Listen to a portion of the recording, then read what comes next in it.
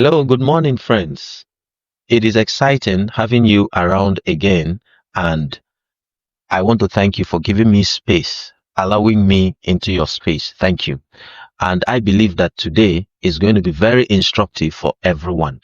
Please get everyone that is around you, every human being that is around you, both old and young, and let them gather around your device because today we're going to also increase in learning as we've always done.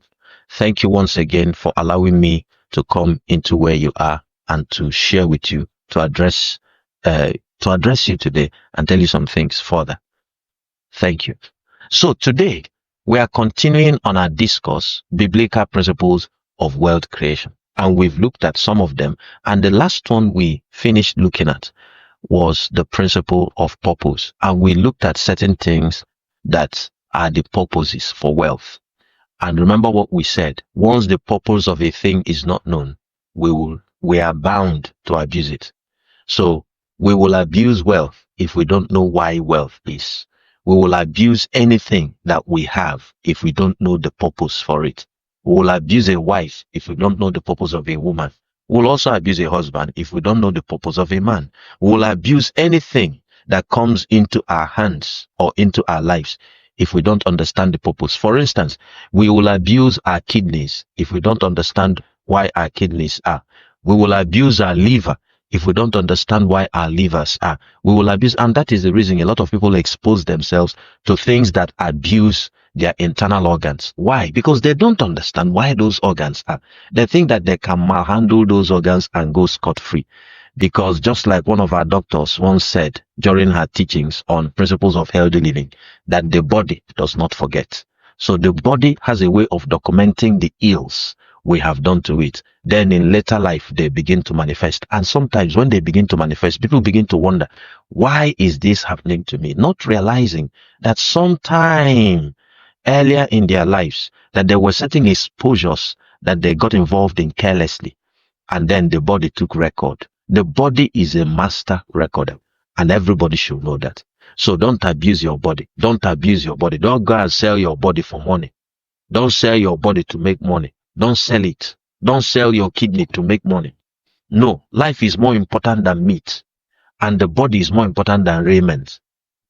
I don't know if you're following what I'm saying. So we looked at those purposes of wealth, and then we have tidied those purposes just within the confines of our conversation or discussion. There are more purposes for wealth, but we'll leave it at those.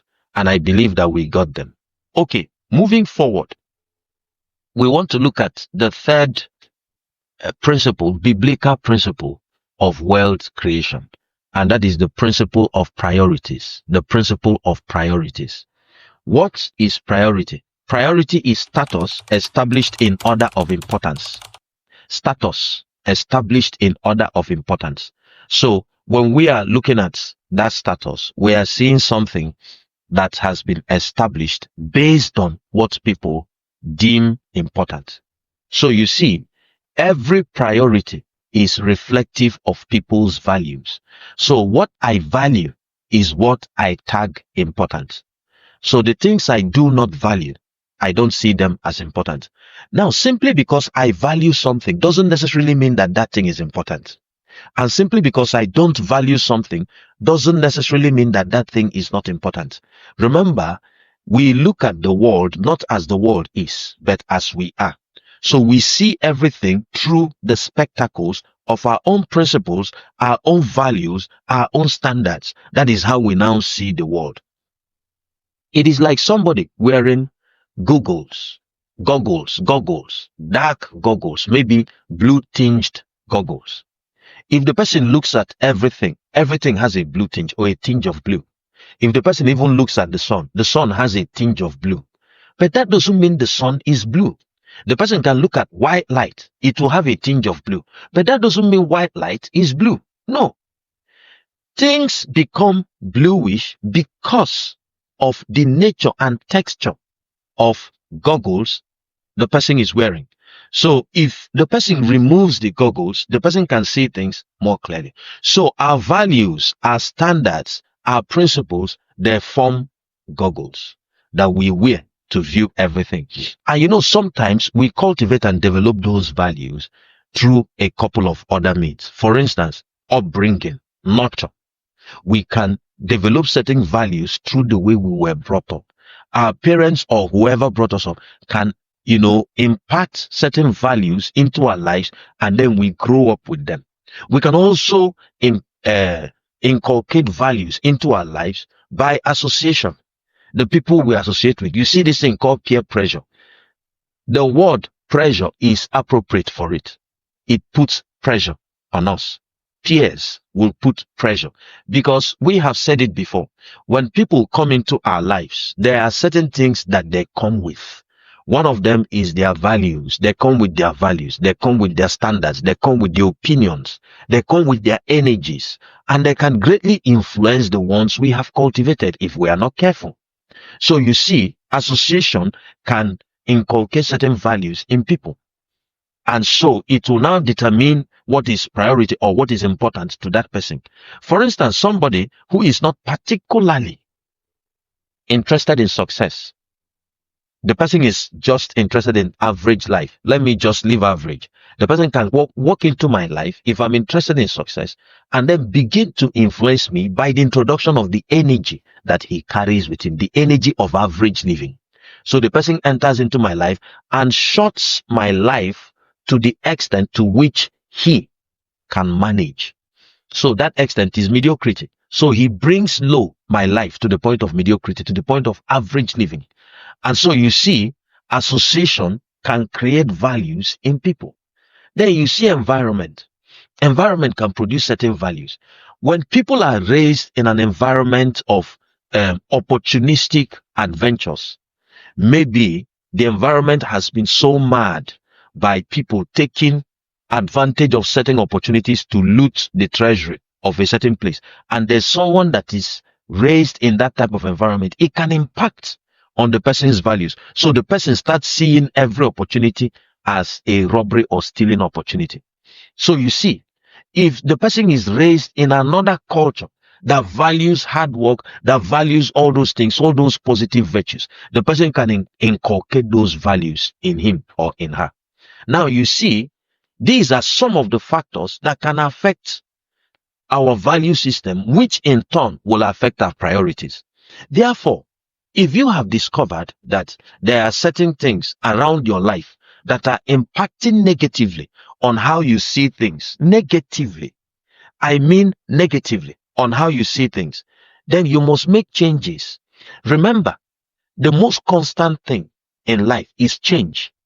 If we are not changing, chances are we are retrogressing. Anybody that doesn't make adjustments in their lives will likely stand the risk of retrogressing, sliding back to previous chapters of their lives, which will not be good. There is no future in the past. Don't slide into your past. Make adjustments in your present to fit into the bright future that God has for you.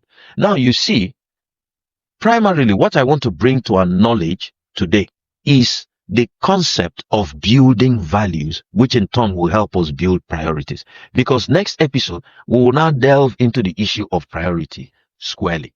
Now, if you discover that there are books, there are materials, because these are part of our association, there are people, friends that impact negatively on us, we must make adjustments. It is not compulsory to have a friend in your life, a particular friend in your life. No, you determine who stays in your life and who does not stay. Just the way you determine what to eat and what you don't eat. You also determine who walks into your life and who walks out of your life. You must decide that God did not give us the opportunity to choose our siblings, but He gave us the opportunity to make a choice of our friends. So we must choose our friends carefully. We must sit down to choose our friends carefully. We must pick out our friends like we pick beans so that we don't choose stones in destiny. Now you see, our parents might have done their own part based on the level of information or knowledge available to them at that time, or the ones they chose to expose themselves to at that time. But we shouldn't blame our parents now. Some of us are already adults. We should forge our path. Particularly if our parents had some deficiencies, which is not wrong. We should forge our own path. We should now begin to strive, take the bull by the horn and start learning those things that are deficient in our lives. Let's get those materials. Let's decide in favor of learning. Let's decide in favor of self-development. Let's decide in favor of self-improvement. Okay, before we draw the curtain, I want to let you know that this is a new month, the month of August. I believe that you have come in contact with the prayer that I made for everyone this month of August. Because this month of August, you are going to get an August visitor. And the August visitor will come with pleasant surprises. You are going to smile. You are going to laugh. I know, that probably things are not as good as they may seem.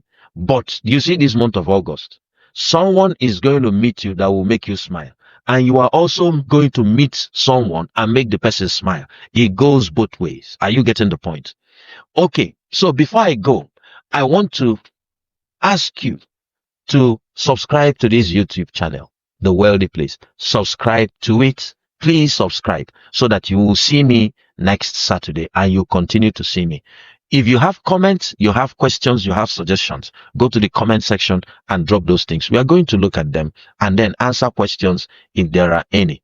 Then tomorrow is Sunday. At 7 in the morning is a phenomenal service. But tomorrow's service is so important that it's healing, communion, and prophetic service.